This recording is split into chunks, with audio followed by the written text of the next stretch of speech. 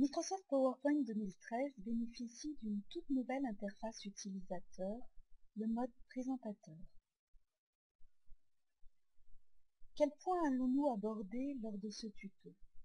Eh bien tout d'abord, qu'est-ce que le mode présentateur? Puis nous verrons comment y accéder et enfin comment l'utiliser. Tout d'abord donc, nous allons voir qu'est-ce que le mode présentateur. Le mode présentateur, c'est un mode d'affichage, de présentation de vos diapositives. Mais c'est aussi un espace réservé à la personne qui présente le diaporama. Alors comment y accéder? Comment accéder au mode présentateur? Ce qu'il faut comprendre, c'est que pour accéder au mode présentateur, en règle générale, vous allez devoir passer par un autre mode d'affichage, un mode d'affichage plus simple, le mode diaporama. Donc descendez en bas de l'écran et vous allez chercher le petit écran de cinéma. Il s'appelle diaporama. Faites un clic dessus pour y accéder. Vous êtes maintenant en mode d'affichage diaporama. Comme vous pouvez le constater, c'est un mode d'affichage très simple. Vous visualisez uniquement la diapositive en cours et votre auditoire, de même, visualise en plein écran cette diapositive.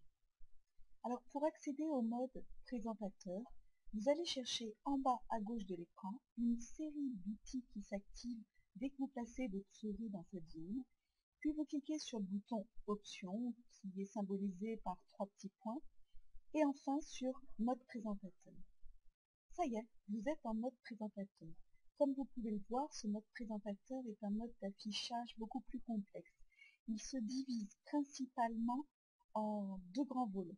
Le volet de gauche qui représente la diapositive en cours, un peu comme dans le mode diaporama, alors que la partie droite, elle, se scinde en deux volets. Tout d'abord, en bas à droite, les commentaires de la diapositive en cours, puis sur le volet supérieur, la diapositive suivante qui permet au présentateur de prévisualiser ce qui va être vu juste après.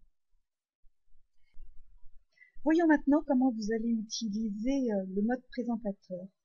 Vous pouvez bien sûr présenter votre sujet à votre auditoire de façon linéaire en suivant l'ordre de vos diapositives. Pour cela, vous utiliserez simplement cet outil-là, le bouton suivant.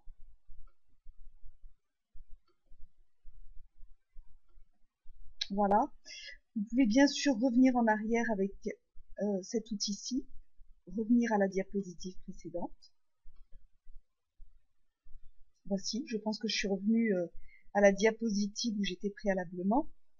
Cependant, je vous recommande d'utiliser d'autres fonctionnalités qui vont vous permettre d'interagir avec les personnes en votre présence.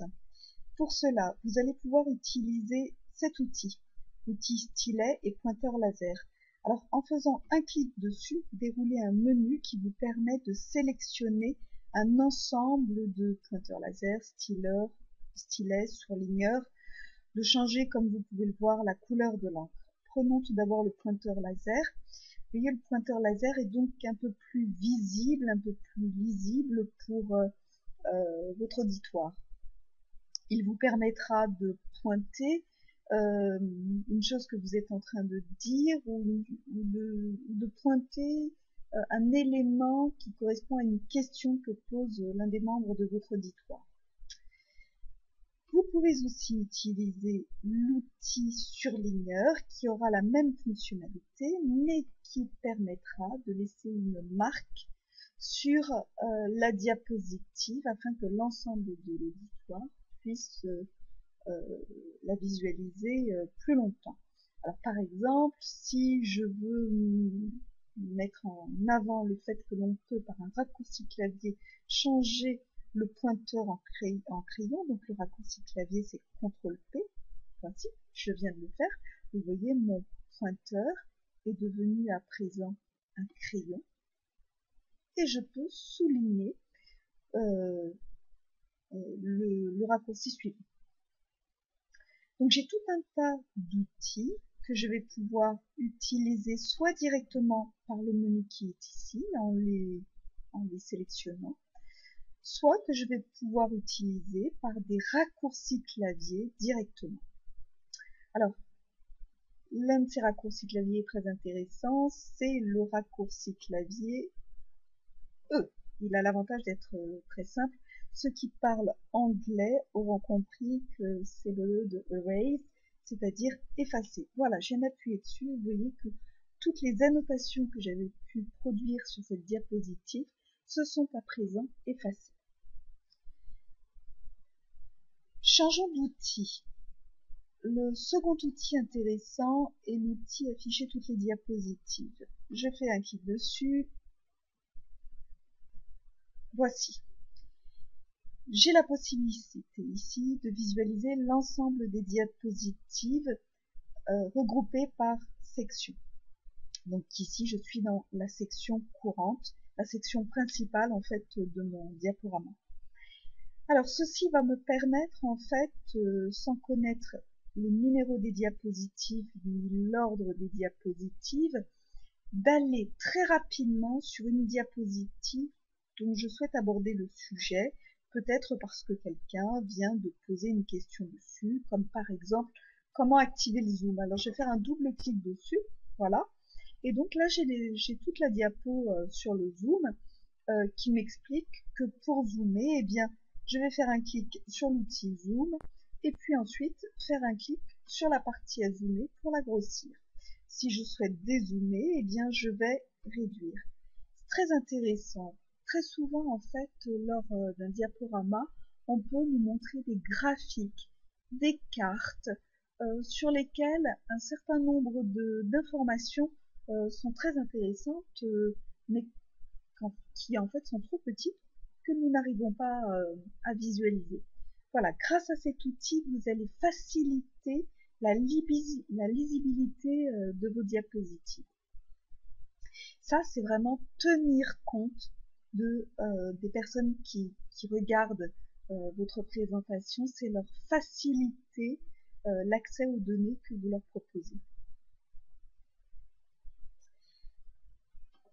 L'outil suivant, excusez-moi, l'outil suivant, lui aussi est très intéressant. C'est un outil qui permet de masquer les diapositives. C'est très intéressant quand quelqu'un pose une question qui n'a rien à voir en fait avec le sujet présenté ou que vous-même vous souhaitez faire une aparté. Voilà, enfin, ce dernier bouton que nous avons déjà vu, c'est le bouton Options. Il est symbolisé comme dans etc. par trois petits points. Et ce bouton regroupe en fait l'ensemble des fonctionnalités, dont l'arrêt du diaporama que nous aurions aussi pu déclencher par la touche du clavier échappe. Et bien voilà, j'ai fini de vous présenter les fonctionnalités du diaporama, du mode présentateur des diapositives. J'espère que cela vous aidera dans vos présentations et que ça vous permettra surtout de les rendre plus interactives. Je vous remercie.